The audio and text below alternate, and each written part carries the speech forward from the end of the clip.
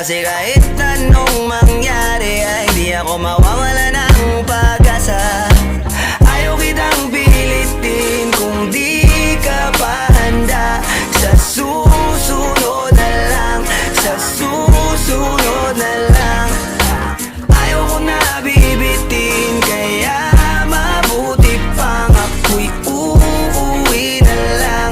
Sa susunod na lang.